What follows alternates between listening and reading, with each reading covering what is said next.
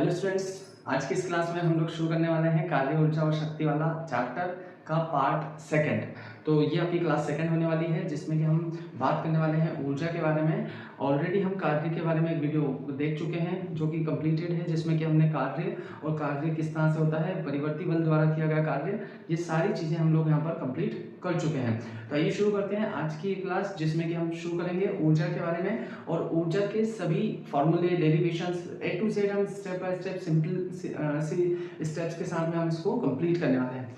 तो आइए शुरू करते हैं। तो मैं अरविंद पटेल स्वागत करता हूं आप सभी का अपने इस यूट्यूब चैनल पर, जिसका नाम है अरविंद फिजिस्फीयर। तो यहाँ पर देखते हैं, सबसे पहले हम देखेंगे ऊर्जा क्या होती है।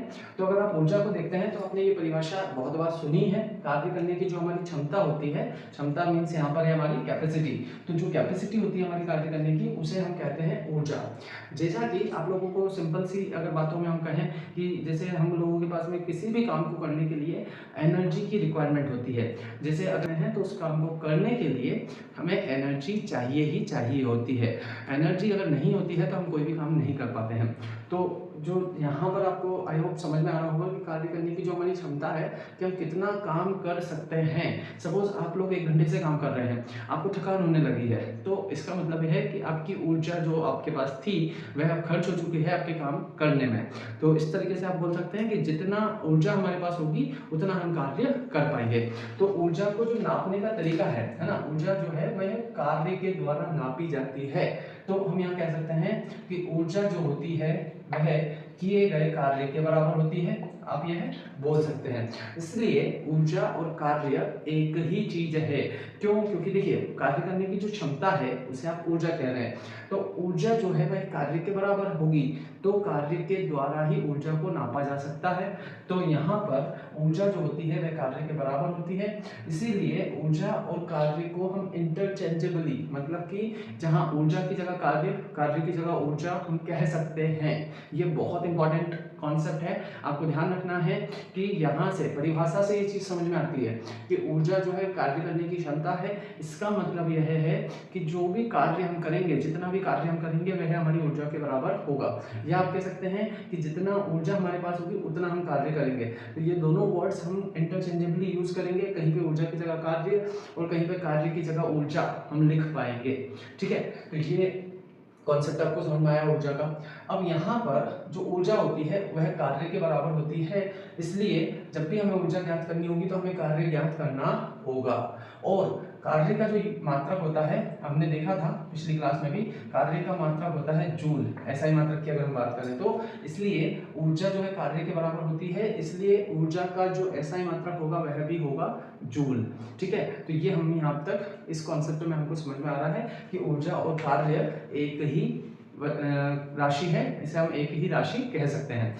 अगली अगर बात करें तो अगली परिभाषा हमें देखनी है यांत्रिक ऊर्जा के बारे में। अब यांत्रिक ऊर्जा क्या होती है, तो देखिए, जब भी कोई भी वस्तु है ना, किसी भी है कि किसी भी वस्तु की स्थिति, विन्यास या गति के कारण जो ऊर्जा होती है उसे हम उसकी, है ना, यांत्रिक ऊर्जा कहते हैं। अब यांत्रिक ऊर्जा को अगर हम एक उदाहरण से समझें तो सपोज आपके पास में यहाँ पर कोई इस तरह से एक कोई वस्तु है ना, और ये जो वस्तु है ये गतिशील है ना, गति कर रही है। अब अगर ये गतिशील है तो ये कुछ कार्य कर सकती है ना। तो हाँ, गतिशील वस्तु कुछ भी कार्य कर सकती है। जैसे कि सपोज आपके पास एक स्टोन है, आपने उसको गिराया, कोई चीज आपको ब्रेक करनी थी, आप ब्रेक करते तो आपकी एनर्जी यूज कर रहे थे आप। अब जो भी ऑब्जेक्ट है, सपोज एक बड़ा सा पत्थर था, उसको आपने गिराया, तो वो जब किसी वस्तु पे गिरेगा तो जिसको आप तोड़ना चाह रहे थे वो टूट सकती है। तो तोड़ रहा है मतलब डिस्ट्रक्टिव काम कर रहा है, बट फिर भी कार्य तो वो कर रहा है ना। तो उसके पास ऊर्जा थी, इसका मतलब यह है कि गतिशील जो वस्तु होती है उसके पास ऊर्जा होती है। ठीक है, एक बॉल है, बॉल जाकर के किसी स्टंप पे टकराई तो स्टंप उखड़ के बाहर आया, इसका मतलब उसके पास ऊर्जा थी बॉल के पास, तभी तो उसने स्टंप को उखाड़ने का कार्य किया। ठीक है, तो गतिशील वस्तु के पास ऊर्जा होती है, ये आप मानते हैं। दूसरी चीज, अगर कोई वस्तु यहाँ पे रखी हुई है, उसकी स्थिति है, कुछ एक पर्टिकुलर स्थिति में वो रखी हुई है, तो उस स्थिति में होने के कारण भी उसके पास ऊर्जा होती है। उदाहरण के तौर पे कि अगर मैं किसी एक स्टोन को, वही हाफ केजी का स्टोन है, मान लो एक पत्थर है आधा किलो का, और उसको आप गिरा रहे हैं। जब आप उसे गिरा रहे हैं और अगर मैंने मान लो यहाँ से गिराया तो आपके हाथ पे आकर के गिरेगा, आपको सपोज कम लगा है ना, लेकिन उसी पत्थर को अगर हम और ऊंचा निकल जाएं फिर वहां से छोड़ें तो जब वो गिरेगा तो ज़्यादा चोट पहुंचाएगा। कहने का मतलब ये है कि जब उसकी हाइट कम थी, मतलब वो नेक्स्ट इस स्थिति में था, तब उसके पास ऊर्जा कम थी। जब वो और ऊंची स्थिति में है तब उसके पास ऊर्जा जो है वो अधिक है। तो कहने का तात्पर्य यह है यहाँ पर कि स्थिति के कारण भी वस्तु के पास ऊर्जा होती हैं। ठीक है, अगली बात हम करते हैं उसके विन्यास के बारे में। अब ये जो विन्यास वर्ड है इसका क्या मतलब है? तो विन्यास का मतलब है ऑब्जेक्ट का जो है ना रख रखाव है, कि वस्तु किस तरह से रखी गई है, या उसका जो ओरिएंटेशन है, जिसको आप कॉन्फ़िगरेशन भी बोल सकते हैं उसका। तो विन्यास मतलब क्या है यहाँ पर, जैसे कि सपोज एक डोरी यहाँ पर है और इस डोरी को इस तरह से रखा गया है। अब दूसरा तरीका ये हो सकता है कि इस डोरी को यहाँ पर खींच करके इस तरह से रख दिया जाए ऐसे। तो दोनों स्थितियों में इस डोरी के पास अलग अलग ऊर्जाएं होगी। क्यों? क्योंकि इस स्थिति में उसका जो शेप साइज है वो कुछ अलग दिख रहा है, अलग स्थिति में है, और इस तरह से कर देने पर उसकी स्थिति यहाँ पर अलग है। तो कह सकते हैं आप यहाँ पर कि जब किसी वस्तु का विन्यास बदलता है, विन्यास का मतलब है उसकी जो पोजीशन है, कॉन्फ़िगरेशन है वो बदलता है, तो उसकी ऊर्जा भी बदलती है। जैसा कि आप देख सकते हैं यहाँ पर कि जैसे सपोज आपके पास जो धनुष होता है ना, तो उसकी जो एक डोरी होती है, उस डोरी को जब हम खींचते हैं और फिर हम उसको छोड़ते हैं तो जब जाती है तो वहाँ से एरो जो है, जो भी तीर है, वो आगे की ओर बढ़ता है। तो कहने का मतलब यह है कि डोरी जब तनी हुई होती है ना, तब उसके पास ऊर्जा कम होती है। जब हम उसको खींच लेते हैं तब उसके पास ज़्यादा एनर्जी होती है। तो इसको हम कहते हैं विन्यास, है ना। तो कि अगर आपने उसकी पोजीशन, उसका शेप साइज चेंज किया और उसके पास कुछ ऊर्जा उसको अगर मिलती है उसके कारण, तो उस ऊर्जा को भी आप यांत्रिक ऊर्जा कहेंगे। तो ये यांत्रिक ऊर्जा की परिभाषा हो गई। अब यहाँ पर आपको एक बात नोट करनी है कि यांत्रिक ऊर्जा के प्रकार भी होते हैं। तो यांत्रिक ऊर्जा के प्रकार क्यों होते हैं? तो बेसिकली हम प्रकार में ये बोल सकते हैं कि एक तो जो ऊर्जा होती है वह है उसकी स्थिति और विन्यास के कारण होती है। तो उस स्थिति या विन्यास वाली ऊर्जा को आप एक अलग नाम देते हैं, और अगर गति वाली ऊर्जा है तो उसे आप एक अलग नाम देते हैं। तो इस प्रकार से हमारे पास ऊर्जा जो है, यांत्रिक ऊर्जा, वह दो प्रकार की होती है। तो यांत्रिक ऊर्जा की अगर मैं प्रकार की बात करूं तो यहाँ देखिएगा, यांत्रिक ऊर्जा दो प्रकार की होती है ना। यांत्रिक ऊर्जा दो प्रकार की होती है। पहली तो आप देख सकते हैं, पहली स्थिति और विन्यास के कारण, और दूसरी जो होती है वह होती है उसकी वस्तु की गति के कारण। ठीक है, तो दो प्रकार से हमारे पास में यांत्रिक ऊर्जा हो सकती है। अब जो ऊर्जा किसी वस्तु की स्थिति के कारण है या उसके शेप साइज के कारण है, तो उस ऊर्जा को आप बोलेंगे स्थितिज ऊर्जा। स्थितिज ऊर्जा, तो नाम से समझ में आ रहा है, स्थितिज ऊर्जा मतलब स्थिति के कारण, पोजीशन के कारण, उसके विन्यास के कारण। दूसरी जो ऊर्जा है वो है गतिज ऊर्जा, तो इसको हम कहेंगे गतिज ऊर्जा, और ये किसके कारण है? वस्तु की गति के कारण। तो ये दो प्रकार की हमारे पास में यांत्रिक ऊर्जाएं होती हैं। अब अगर आपको किसी वस्तु की कुल यांत्रिक ऊर्जा ज्ञात करनी हो तो यहाँ पे मैं लिख रहा हूँ वस्तु की कुल यांत्रिक ऊर्जा जो होती है, यांत्रिक ऊर्जा जो होती है वह होती है स्थितिज प्लस गतिज ऊर्जा के बराबर, है ना। स्थितिज प्लस गतिज ऊर्जा के बराबर हमारे पास में कुल यांत्रिक ऊर्जा होती है किसी भी वस्तु की। तो जब भी हमें कुल यांत्रिक ऊर्जा ज्ञात करनी होगी तो हम स्थितिज ऊर्जा निकालेंगे, गतिज ऊर्जा निकालेंगे और दोनों को योग कर देंगे, दोनों को जोड़ देंगे। ठीक है, तो ये था हमारी यांत्रिक ऊर्जा के बारे में। अब हम मूव करेंगे, दोनों प्रकार की ऊर्जाएं हमें पढ़नी है। यांत्रिक ऊर्जा में गतिज ऊर्जा भी पढ़नी है और स्थितिज ऊर्जा भी पढ़नी है। तो अभी हम जो शुरुआत कर रहे हैं वो कर रहे हैं गतिज ऊर्जा से। तो गतिज ऊर्जा देखते हैं, इसका सूत्र देखते हैं, इसका डेरिवेशन हम देखेंगे। आइए शुरू करते हैं।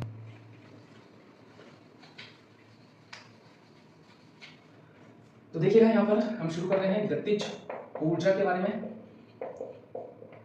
ठीक है, सिंपल सी परिभाषा है, वस्तु की गति के कारण जो ऊर्जा होती है उसे उसकी गतिज ऊर्जा कहते हैं। ठीक है, सिंपल सी चीज आपको ध्यान रखनी है, गति के कारण जो ऊर्जा होगी उसे आप उसकी गतिज ऊर्जा कहेंगे, गतिज ऊर्जा कहेंगे, गति के कारण होने वाली ऊर्जा को। तो यहाँ पर इसका अगर हम फॉर्मूला वगैरह डिराइव करें तो इसका जो फॉर्मूला होता है गतिज ऊर्जा का, नोट करेंगे आप। गतिज ऊर्जा जो होती है इसका सूत्र होता है 1/2 mv², है ना। और गतिज ऊर्जा को हम लिखते हैं k से, है ना। k से क्यों लिखा जाता है ऐसे, क्योंकि k का मतलब होता है काइनेटिक एनर्जी, इंग्लिश में हम इसको काइनेटिक एनर्जी कहते हैं, इसलिए गतिज ऊर्जा को k से डिनोट किया जाता है। ऊर्जा है कार्य के बराबर होती है, मात्रक जो है वो क्या होगा, जूल, है ना। तो यहाँ पर इस फॉर्मूले को अगर आप समझें तो इस फॉर्मूले में m जो है ये वस्तु का द्रव्यमान है। सपोज कोई वस्तु है और उसका कुछ द्रव्यमान है 1 kg 2 kg, और वो वस्तु जब चल रही होगी तो v उसका क्या है, वेग है, जितने स्पीड से जितने वेग से वे चल रही होगी उस वेग का वर्ग है यहाँ पे, और साथ में द्रव्यमान है। तो इसका जो ये फॉर्मूला है, ये फॉर्मूला किस तरह से बनता है इसका हमें डेरिवेशन देखना है। तो इसका जो व्यंजक होगा, यहाँ इसको आप बोल सकते हैं कि जो सूत्र ये बन रहा है, इस सूत्र की व्युत्पत्ति, मतलब ये सूत्र बना कैसे है, इसे हम देखने वाले हैं। तो इसके लिए एक चीज समझे हम यहाँ पर कि थोड़ी सी कुछ चीजें हम मान के चल रहे हैं। माना कि कोई वस्तु जिसका द्रव्यमान स्मॉल m है, v वेग से गतिमान है, ठीक है, v वेग से गतिमान है, तथा इस पर एक बल कैपिटल F लगता है जिससे कि वस्तु s दूरी तय करके रुक जाती है। तो यहाँ देखिएगा क्या कंडीशन है।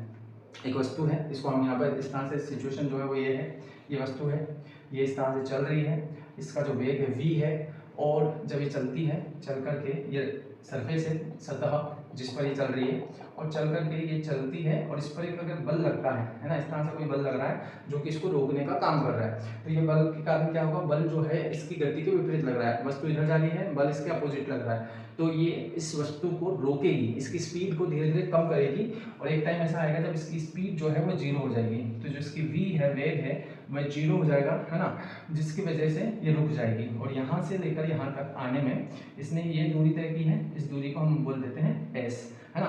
तो ये s जो है इसका वस्तु का विस्थापन है। विस्थापन क्या होता है, तो ये हम अगर देखें तो यहाँ से हम वस्तु को देखना शुरू कर रहे हैं। जिस समय आप वस्तु को देखना शुरू करते हैं उस स्थिति को आप प्रारंभिक स्थिति कहते हैं। सपोज यहाँ पर ये जो है ये वस्तु की प्रारंभिक स्थिति है ना। तो प्रारंभिक स्थिति क्यों है ये, क्योंकि हमने यहाँ से देखना वस्तु को शुरू किया है, और ये जो स्थिति है ये वस्तु की अंतिम स्थिति है ना, क्योंकि हम यहाँ तक उसको देख रहे हैं। आप लोग एक चीज़ ध्यान दीजिएगा कि अभी जो हमारी वीडियो लेक्चर्स चल रहे हैं इसको मैं आपको बहुत आसानी से फिजिक्स को, है ना, बहुत ही सिंपल तरीके से आपको समझाने की कोशिश कर रहा हूँ, और मेरा प्रयास रहता है कि आपको इजीली चीज़ें सब कुछ आपके दिमाग तक जाएं, आपको समझ आए, आप उसको डाइजेस्ट कर पाएँ। ये चीज़ें हम इजी टू इजी फॉर्म में पढ़ने की कोशिश करते हैं। तो आप यहाँ पर देख सकते हैं, मैं आपको, है ना, थोड़ा सा टाइम लग सकता है, लेकिन मैं आपको सारे जो छोटे छोटे कॉन्सेप्ट हैं वो भी बताने की कोशिश करता हूँ। अगर आपको लगता है तो आप थोड़ा सा स्पीड बढ़ा करके इन लेक्चर्स को कंप्लीट कर सकते हैं, लेकिन इन लेक्चर्स को कंप्लीट करने के बाद आपके दिमाग में आने वाले सभी जो छोटे मोटे डाउट होते हैं वह सब आपके क्लियर हो जाएंगे। तो देखिएगा यहाँ पर प्रारंभिक स्थिति और यह होगी आपकी अंतिम स्थिति। तो प्रारंभिक स्थिति कौन सी होती है, जिस समय हमने वस्तु को देखना शुरू किया। सपोज यहाँ देखिएगा, सपोज ये वस्तु है अभी रुकी हुई है, अब मैं अभी देख रहा हूँ इसको, तो ये मेरे लिए इसकी प्रारंभिक स्थिति है, लेकिन मैंने यहाँ से देखना अगर शुरू नहीं किया और ये चल के आ रही है, और जब ये यहाँ आ चुकी है चल के और अब मैं इसको देखना शुरू कर रहा हूँ, तो अब यहाँ से मेरी प्रारंभिक स्थिति, मैं इसको प्रारंभिक स्थिति बोलूँगा। तो प्रारंभिक स्थिति या अंतिम स्थिति की जब भी बात होगी, ध्यान रखना है यहाँ पर कि जो प्रारंभिक स्थिति होती है वह क्या होती है, जहाँ से हमने उसको देखना शुरू किया है ना। अब सपोज आपने यहाँ से देखना शुरू किया, आप यहाँ खड़े हैं, आप मतलब कौन, देखने वाला कौन है, जो उसको ऑब्जर्व कर रहा है, ऑब्जर्वर है ना। तो अब ये चलते हुए भले ही कहीं से भी आ रही है ना, लेकिन हमने जहाँ से देखना शुरू किया वही हमारे लिए प्रारंभिक स्थिति है। सपोज अब कोई ट्रेन है ना, आप किसी पर्टिकुलर स्टेशन पे खड़े हैं, सपोज एक स्टेशन ए है, एक स्टेशन बी है, एक स्टेशन सी है, और आप ये जो ट्रेन है, ये ट्रेन चलते हुए आपके पास में आई स्टेशन बी पर, और आप प्लेटफॉर्म पे खड़े हैं, आपने बी पोजीशन पे, बी प्लेटफॉर्म पे आपने ट्रेन को देखा, तो ये आपके लिए प्रारंभिक स्थिति है।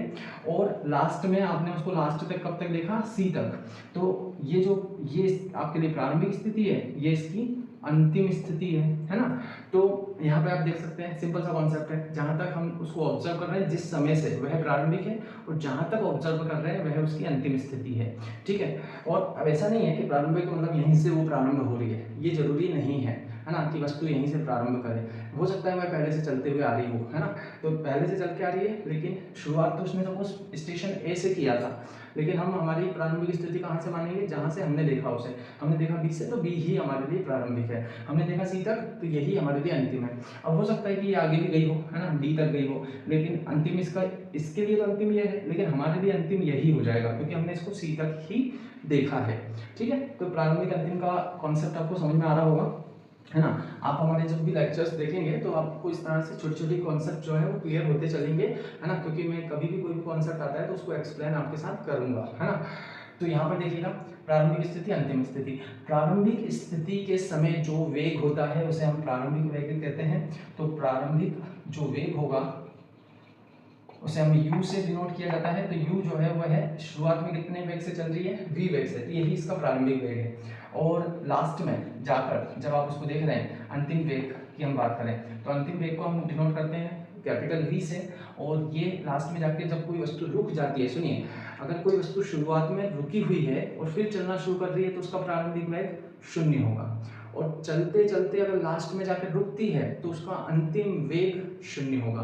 तो आपको ये कॉन्सेप्ट ध्यान रखने हैं। आगे देखते हैं कि वस्तु का जो विस्थापन है वह कितना हुआ है यहाँ पर। तो वस्तु का विस्थापन हुआ है s के बराबर। इसके बाद में जो इस पर लगने वाला बल है वह हम ज्ञात कर सकते हैं, और बल जो है यहाँ पर F है। लेकिन बल से पहले एक चीज हमें देखनी है यहाँ पर, इसका त्वरण। तो जो त्वरण होता है ना, त्वरण क्या होता है, वेग में होने वाला परिवर्तन, वेग में परिवर्तन की दर को हम त्वरण कहते हैं। तो अगर किसी वस्तु का वेग बढ़ता है तो उसे हम धनात्मक त्वरण कहते हैं, और वस्तु का वेग अगर कम होता है तो उसे हम ऋणात्मक त्वरण कहते हैं। तो यहाँ पर अभी वस्तु का त्वरण क्या हो रहा है, कम हो रहा है, तो ये जो त्वरण होगा ये कैसा होगा, ऋणात्मक होगा। ऋणात्मक त्वरण कहेंगे हम इसको, है ना। तो ऋणात्मक त्वरण का एक नाम और होता है, इसे हम कहते हैं मंदन।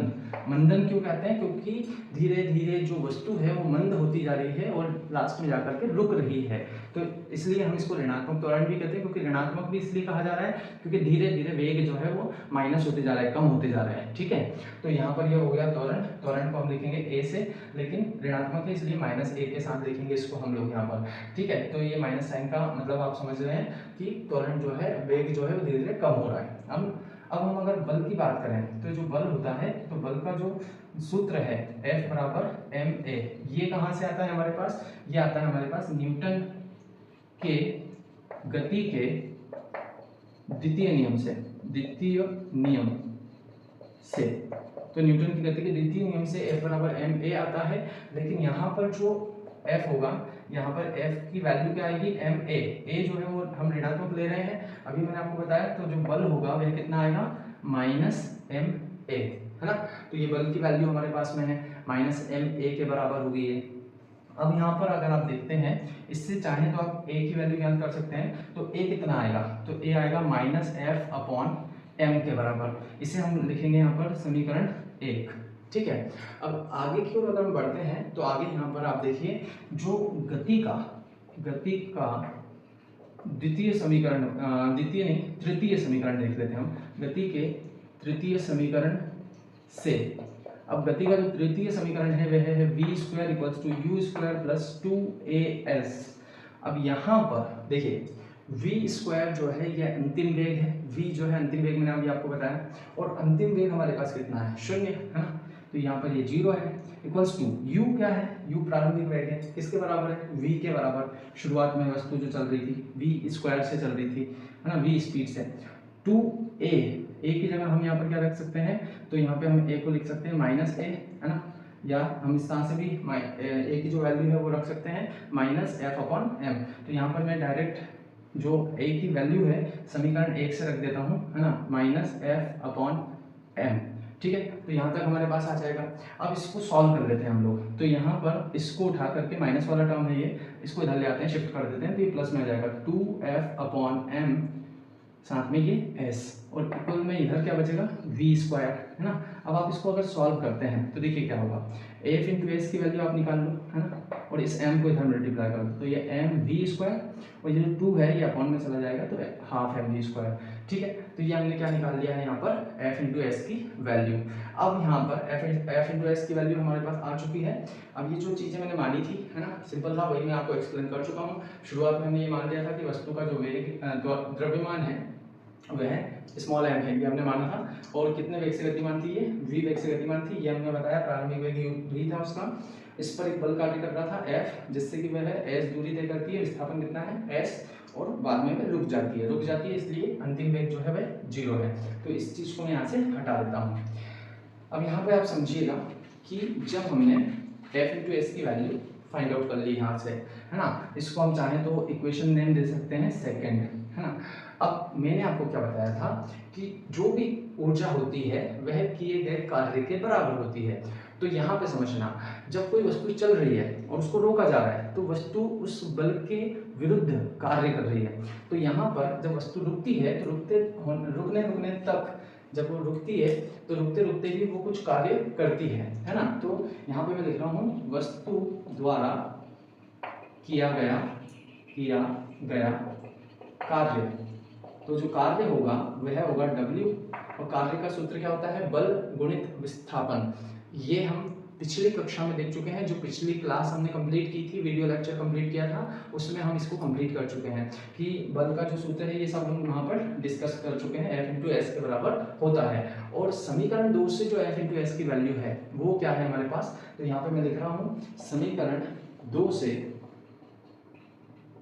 F इंटू एस का मान रखने पर, है ना, समीकरण 2 से अगर आप मान रख देते हैं तो W इक्वल्स टू कितना आ जाएगा, F इंटू एस की जगह आप रख देंगे हाफ m v स्क्वायर, है ना, और यही कार्य वस्तु की ऊर्जा के बराबर होगा।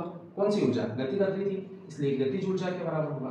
तो वस्तु की गतिज ऊर्जा के बराबर होता है, ठीक है, होता है। अतः गतिज ऊर्जा कितनी होगी, k बराबर, इस कार्य को आप W को की जगह हम k लिख देंगे, तो ये हो जाएगी हाफ m v स्क्वायर। तो ये हमारे पास में गतिज ऊर्जा का फॉर्मूला बनेगा, जो कि हमने यहाँ पर लिखा हुआ था already, half m v square. तो मैं यहाँ से साइड हो रहा हूँ, आप इसको पॉज करके नोट कर लीजिए, है ना, उसके बाद मैं इसको हटाता हूँ और अगला टॉपिक हम शुरू करेंगे। तो आप इसका स्क्रीनशॉट ले लीजिए या नोट कर लीजिए पॉज करके, ठीक है। चलिए हटाएं इसको, है ना, चलिए इसको हटाते हैं।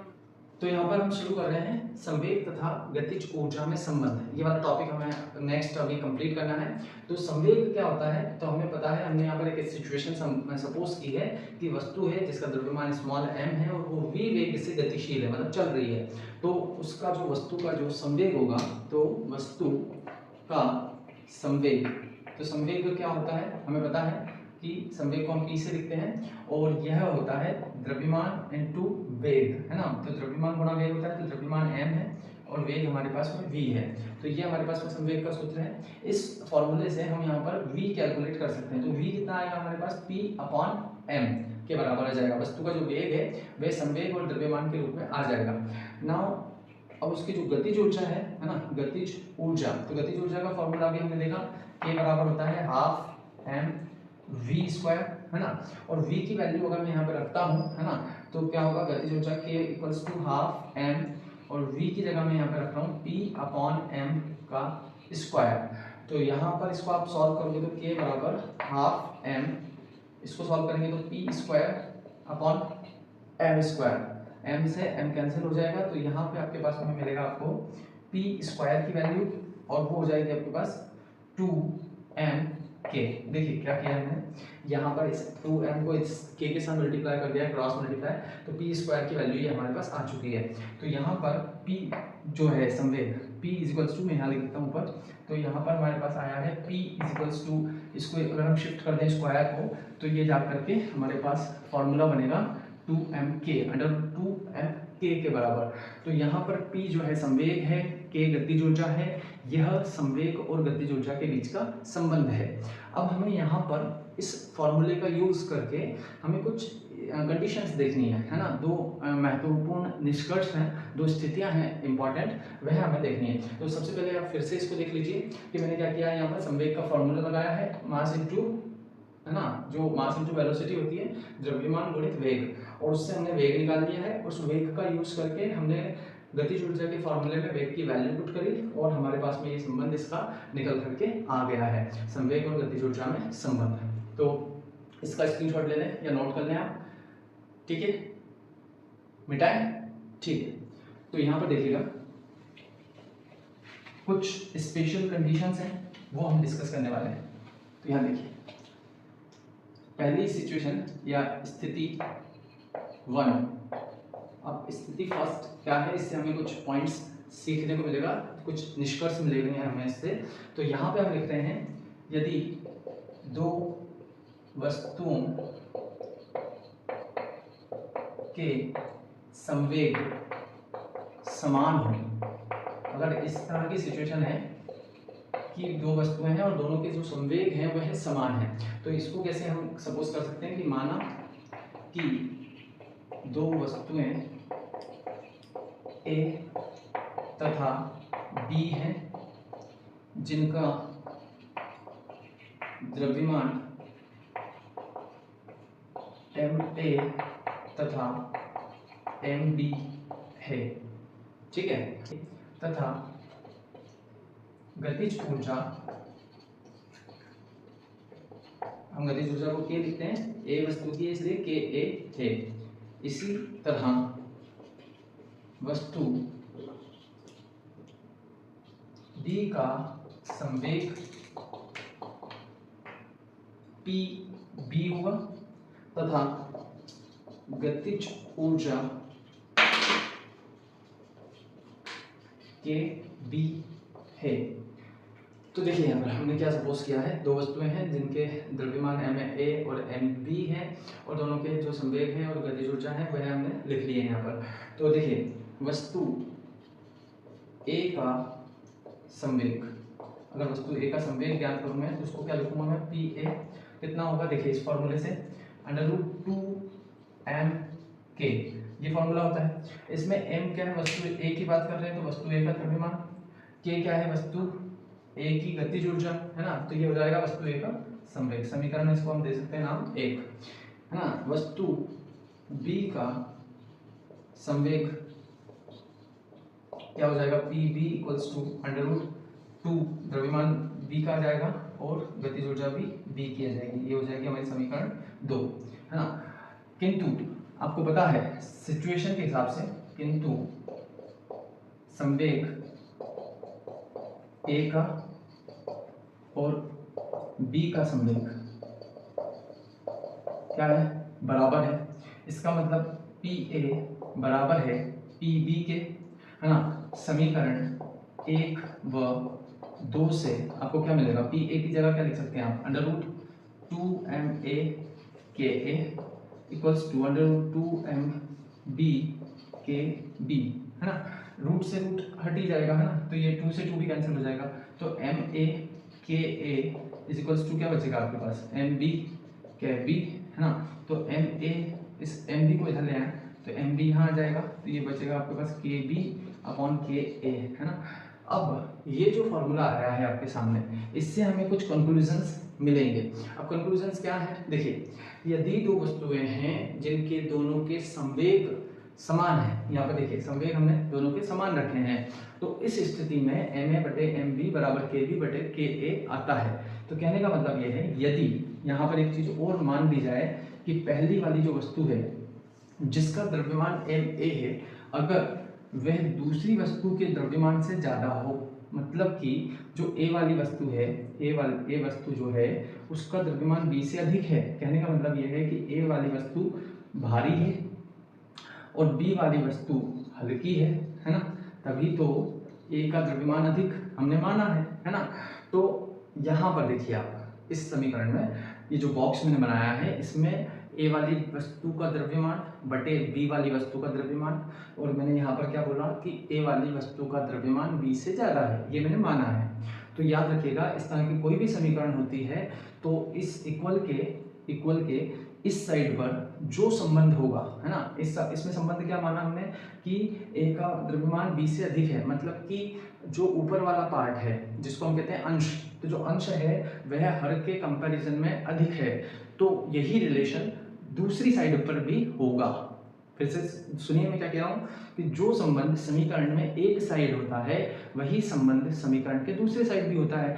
तो अगर यहाँ पर एक साइड पर मैंने ये माना, यदि करके लिखा है, मतलब मैंने माना है कि अंश बड़ा है हर छोटा है, तो ऐसे ही यहाँ पर क्या बोल सकता हूँ मैं कि दूसरे साइड पर जो है यहाँ पर भी यही रिलेशन होगा कि अंश बड़ा होगा, मतलब के बी बड़ा होगा, के ए छोटा होगा। तो अब इससे क्या निष्कर्ष निकल रहा है, वो निष्कर्ष हमारे लिए नोट करने वाला है। क्या बोल रहे हैं हम, ए वस्तु का द्रव्यमान अधिक है, बी का द्रव्यमान कम है, और जब गतिज ऊर्जा की बात करें तो बी की गतिज ऊर्जा अधिक है, ए की गतिज ऊर्जा कम है। तो कहने का मतलब यह है कि जो वस्तु भारी होती है उसकी गतिज ऊर्जा कम होती है। लिख देता हूं मैं इसको, है ना। तो यदि दो वस्तुओं का संवेग समान हो, ठीक है, ये कंडीशन तो हमें पता ही है, लगाई है हमने, संवेग समान हो तो भारी वस्तु की गतिज ऊर्जा हल्की वस्तु की गतिज ऊर्जा से कम होती है, फिर से देखिए, यदि दो वस्तुएं जिनका संवेग समान है तो जो भारी वस्तु होगी उसकी गतिज ऊर्जा हल्की वस्तु से कम होगी, या कह सकते हैं कि हल्की वस्तु की गतिज ऊर्जा अधिक होगी, ठीक है, और भारी वस्तु की गतिज ऊर्जा कम होती है। ये निष्कर्ष हमें यहाँ से मिल रहा है। और सिचुएशन क्या थी, यदि दो वस्तुएं जिनका संवेग समान है तब ये सिचुएशन है ना, ठीक है। तो ये आप नोट कर लें, इंपॉर्टेंट सिचुएशन है, स्थिति है ना। आपसे ये क्वेश्चंस में छोटे क्वेश्चन जो होते हैं शॉर्ट आंसर्स वाले, उस तरह से भी पूछा जा सकता है, और ये सिद्ध करने के लिए भी आपको बोला जा सकता है आपके एग्जाम्स में, ठीक है। नोट करें इसको। चलिए हटाते हैं इसे, अगली स्थिति की बात करेंगे हम।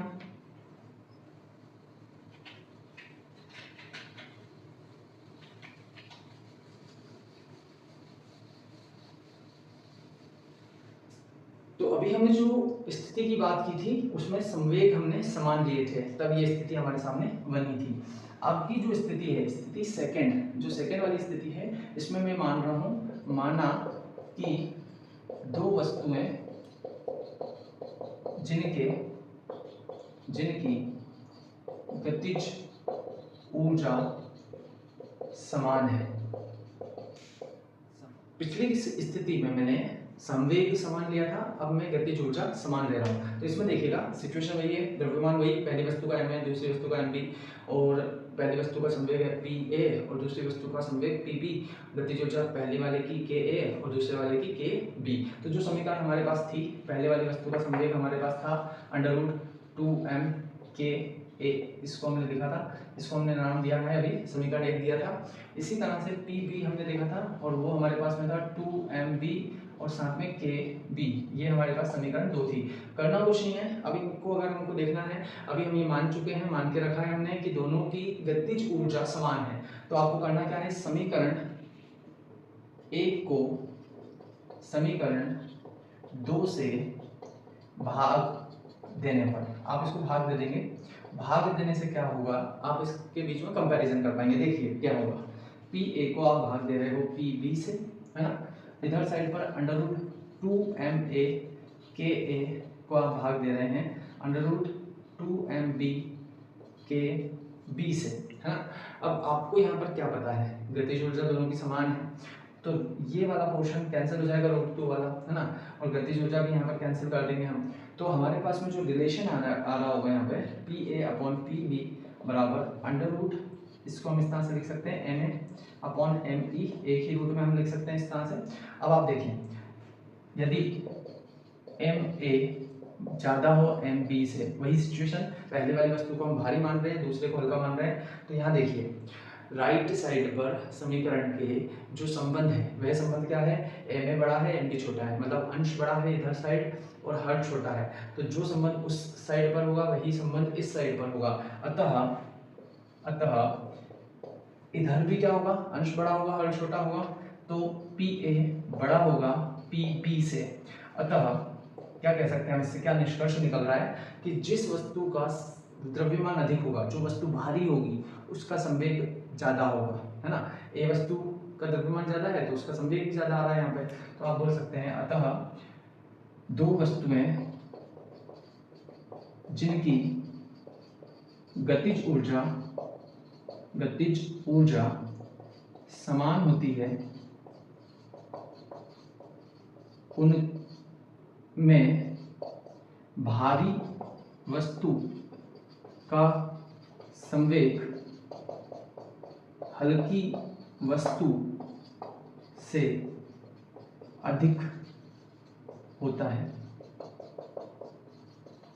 ठीक है, फिर से इसको मैं रिपीट कर देता हूँ।